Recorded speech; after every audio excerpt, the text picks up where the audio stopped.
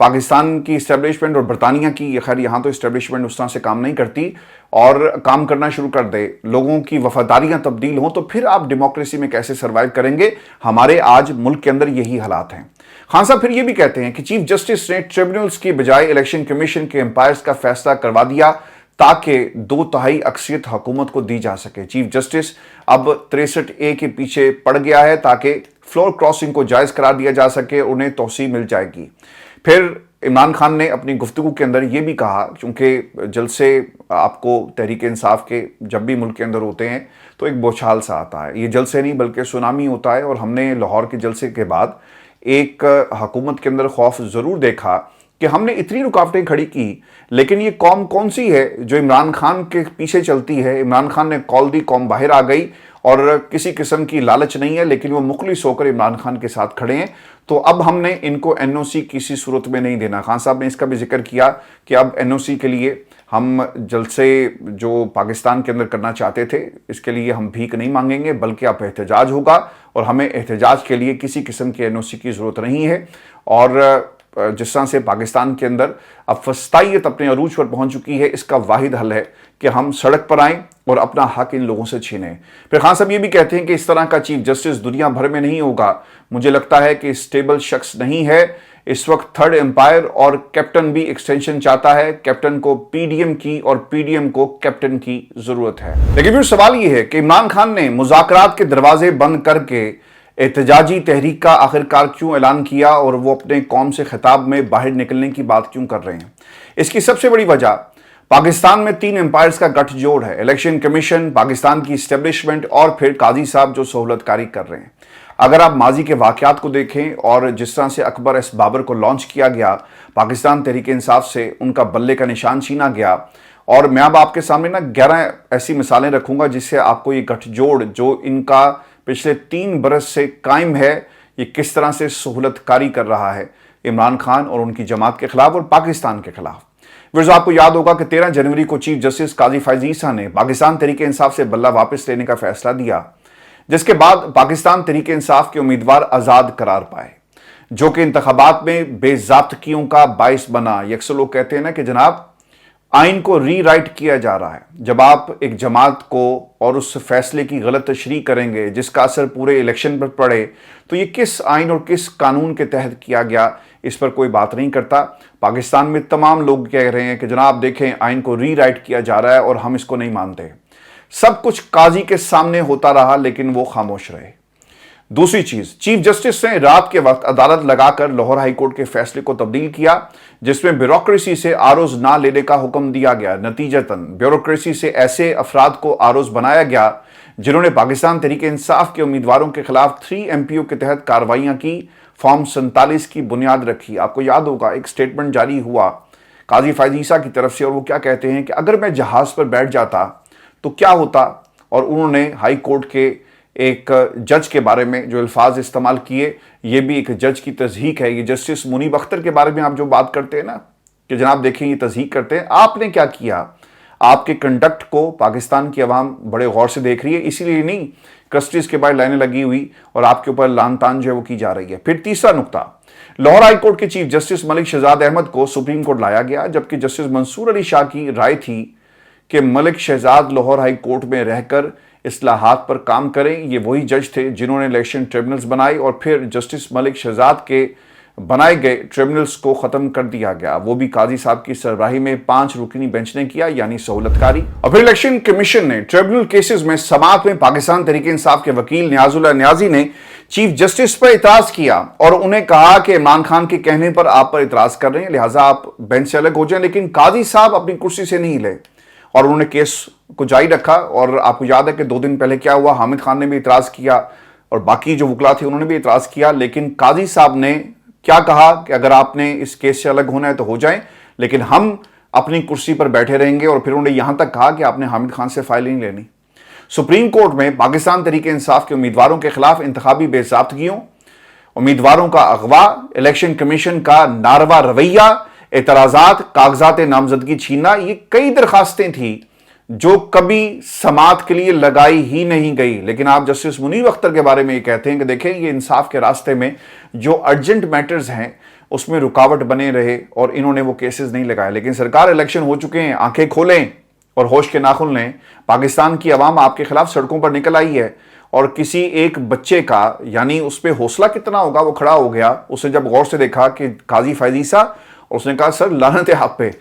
یہ پاکستان کا عوام کا ریئیکشن ہے آپ کے خلاف. اسے کسی نے تیار نہیں کیا. اس نے آپ کو دیکھا اور برملا جو اس کے اندر لاوا پک رہا تھا کہ ہمارے ملک کا چیف جسٹس, ہمارے آئین, ہماری عوام اور پاکستان کے ساتھ کیا کر رہا ہے, تو بے ساختگی میں اس کے منہ سے جو جملہ نکلا اس نے آپ پر لعنت بھیجی ہے. کوئی اگر کہنا کہ جناب وہ پاکستان تحریک انصاف کا تھا, وہ فلان جماعت کا تھا, اسے فلاں نے بھیجا تھا اور اسے خاص تیاری کے ساتھ لانچ کیا گیا, یعنی یہ کیسے ممکن ہے کہ چیف جسٹس نے ڈونلڈ شاپ پہ جانا ہے, اسے پہلے سے پتا ہو.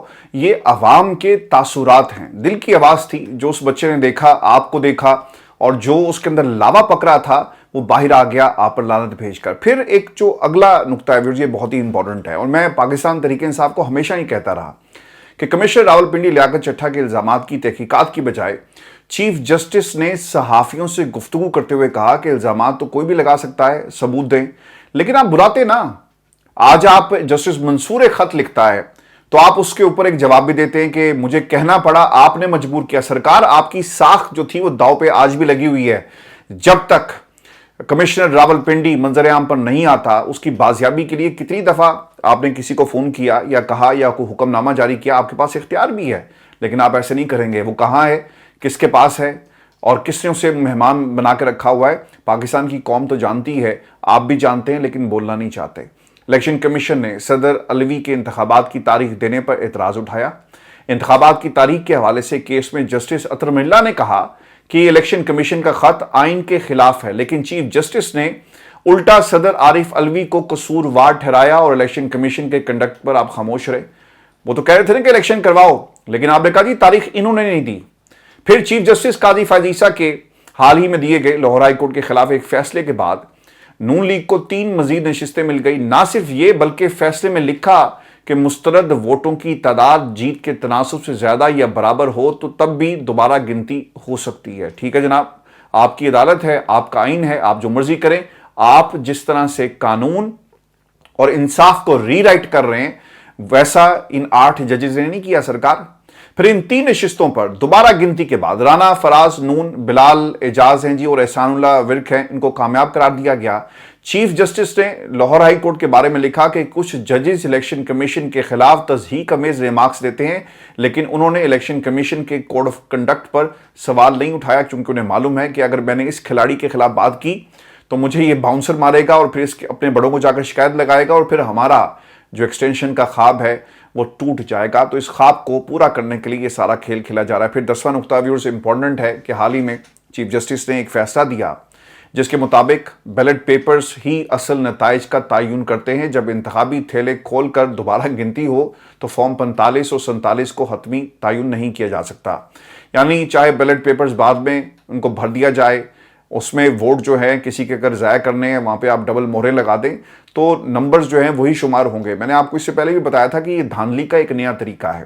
آپ جیتے ہوئے تھیلے کو کھولیں, وہاں پر ووٹ جو بیلٹ پیپر ہے اس ووٹس کو آپ ضائع کریں, یعنی 5-5 ہزار 8-8 ہزار ووٹ تھیلوں میں سے ضائع کیے گئے اور دوسری پارٹی کو جتوا دیا گیا. پھر اس کے بعد الیکشن کمیشن نے 8 ججز کا فیصلہ ماننے سے انکار کر دیا, لیکن چیف جسٹس بالکل خاموش رہے, بلکہ الیکشن کمیشن کے 8 اجلاس ہوئے جو بے نتیجہ ختم ہو گئے اور چیف جسٹس مکمل خاموش رہتے ہیں. اور پھر الیکشن کمیشن نے ذرائع سے خبر چلائی کہ الیکشن کمیشن کو سپریم کورٹ جو ہے وہ ٹیک اوور کرنے کی کوشش کر رہا ہے, کیونکہ الیکشن کمیشن کو اس کے دائرہ کار میں رہتے ہوئے کام کرنے کی اجازت نہیں دی جا رہی. لیکن اس کے اوپر بھی چیف جسٹس جو ہیں وہ خاموش رہتے ہیں. اور پھر آج الیکشن کمیشن نے سپریم کورٹ کے مخصوص نشستوں کے 12 جولائی فیصلے کے بعد 14 سپتمبر کی وضاحت کو بھی تسلیم کرنے سے انکار کر دیا.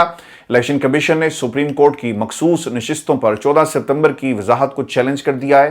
درخواست میں یہ کہا گیا کہ عدالتی فیصلے پر تاخیر کی ذمہ دار الیکشن کمیشن جو ہے وہ نہیں, بلکہ جولائی 12 کو جو فیصلہ آیا اس کی وضاحت جو ہے وہ 25 جولائی کو دائر کر دی گئی. سپریم کورٹ نے 14 سپتمبر کو وضاحت کا آرڈر جاری کیا. عدالت نے تحریک انصاف کو جواب کے لیے کب نوٹس جاری کیا؟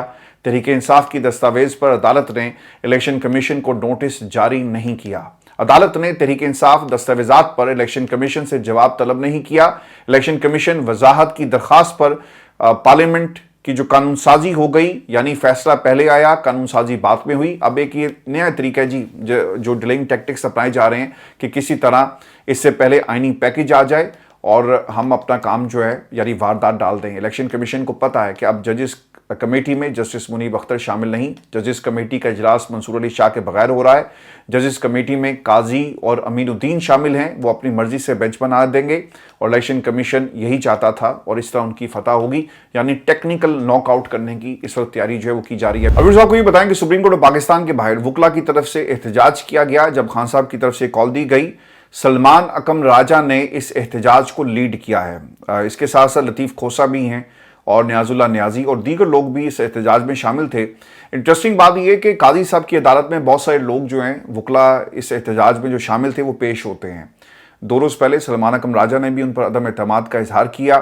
لطیف کھوسہ نے تو خیر جو سردار کہنے پر ان کی جو جنگ چل رہی ہے وہ لاہور کے جلسے میں بھی ہم نے اس کا ایک رنگ دیکھا، اور پھر اس احتجاج کو جو نعرے بازی وہاں پر ہوئی، تمام وکلا نے مارچ کیا ہے پارلیمنٹ بلڈنگ کی طرف سے، پھر منتشر ہو گئے۔ لیکن جو پیغام تھا، سلمان اکم راجہ کیا کہتے ہیں کہ پاکستان کے اندر آئین اور قانون کی بالادستی کے لیے ہم اسی طرح اپنی آواز کو بلند کرتے رہیں گے، یہ کوئی سیاسی معاملہ نہیں، اگر قانون کی حکمرانی نہیں ہوگی تو کچھ بھی نہیں ہوگا۔ آئینی پیکج کا مقصد سیاہ عدالت قائم کرنا ہے۔ اعظم سواتی نے کہا کہ کسی کی ایکسٹینشن نہیں ہونی چاہیے، ہم اس کو رد کرتے ہیں۔ اس کے علاوہ شاداب جعفری کہتے ہیں کہ وکلا تحریک کا دائرہ کار سپریم کورٹ سے ملک بھر تک پھیلائیں گے۔ اب دیکھنا یہ ہوگا کہ جو فرزند زرداری ہے، سپریم کورٹ بار نے انہیں بلا لیا ہے۔ اچھا، اس کے پیچھے جو سب سے بڑی وجہ ہے نا ویورز، انہوں نے کروڑوں روپیہ نا بارز کو کھلا دیا ہے۔ ان کے جو سربراہ ہیں اور فنڈز کے نام کے اوپر، ترقیاتی پروجیکٹس کے نام کے اوپر، ویلفیئر کے نام کے اوپر یہ پیسہ ان کی تجوریوں میں چلا گیا ہے۔ تو کسی بھی بار کو اگر خریدنا ہو تو آپ کچھ کروڑ ہی ہیں نا، تو اس حکومت کے لیے کیا کچھ کروڑ مشکل کام ہے؟ یہ کئی ارب بھی اکٹھے کرنے پڑیں تو کر سکتے ہیں۔ پاکستان کے اندر اگر 10 ووٹوں کی ضرورت ہے اور فلور کراسنگ کا معاملہ اگر انہوں نے شروع کروا دیا اور آپ کسی ایم این اے کو 4 کروڑ روپیہ دے کر خریدنا چاہیں تو یہ ان کے لیے مشکل نہیں ہوگا۔ 40 کروڑ روپیہ آپ کو چاہیے، یا چلیں 5 کروڑ میں اگر کوئی ایم این اے بکتا ہے، 6 میں بکتا ہے، یا 1 ارب روپیہ بھی چاہیے ہو تو ان کے لیے کوئی اتنا مسئلہ نہیں ہے۔ لوگوں کو فلور کراسنگ کے ذریعے ایک تو یہ پورے پروسیس کو لیگل کریں گے اور اس کے بعد یہ خریدنے کے لیے بیوپار شروع ہوگا۔ جہاں پر گو قاضی گو کے نعرے لگ رہے تھے نا، وہیں پر اسلام آباد کے بلیو ایریا مارکیٹ کے اندر کسٹس کے اوپر بھی پولیس نے دھاوا بولا ہے۔ لوگ کل سے ہی جب سے یہ ویڈیو وائرل ہوئی ہے وہاں پر اظہار یکجہتی کے لیے پہنچے۔ اگر آپ کسی کو بندوق کے زور پر بدلہ نہیں لے سکتے، تلوار نہیں اٹھا سکتے، تو پھر آپ اوبویسلی اسے زبان سے کچھ نہ کچھ برا بھلا کہیں گے۔ اور ہم نے ریزسٹنس دیکھا اس بچے کی شکل میں۔ وہ قاضی جو اپنے آپ کو وقت کا خدا سمجھ بیٹھا ہے، جو کرسی پر بیٹھ کر اپنی ایکسٹینشن کے خواب دیکھ رہا ہے، جو فیصلے غلط کرتا ہے، جو انصاف اور قانون کی بات نہیں کر رہا، جو وقت کا قاضی نہیں بن سکا، لیکن وقت نے یہ ثابت کیا کہ پاکستان کی عوام اور پاکستان کا بچہ اس کے خلاف آواز بلند کرے گا۔ یہ بچہ جس نے ویڈیو شیئر کی، اس کے پاس الفاظ تھے اور وہی انہی الفاظوں سے لڑ پڑا اور انہی الفاظوں کے ذریعے اس نے قاضی پر حملہ کیا اور اسے بتایا کہ اصل میں وہ ہے کیا۔ اب یہ ایک ریزسٹنس کی علامت بن گیا ہے۔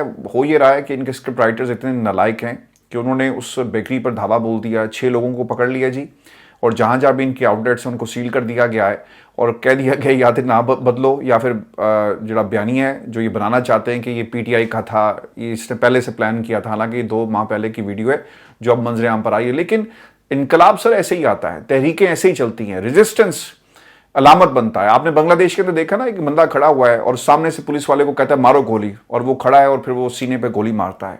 اور پھر دیکھیں کتنی تقویت ملی اس انقلاب کو، اس کاز کو، اس جستجو کو، اس کوشش کو، جو حسینہ واجد کی گورنمنٹ کے خلاف ایک ریزسٹنس ہم نے بنگلہ دیش کے اندر دیکھا۔ آپ کو یاد ہوگا یہ 3 دسمبر 1985 کی بات ہے، جب فارس نامی ایک بچے نے فلسطینین ٹینک کے سامنے کھڑے ہو کر نا ایسے پتھر لہرایا تھا۔ پھر کیا ہوا؟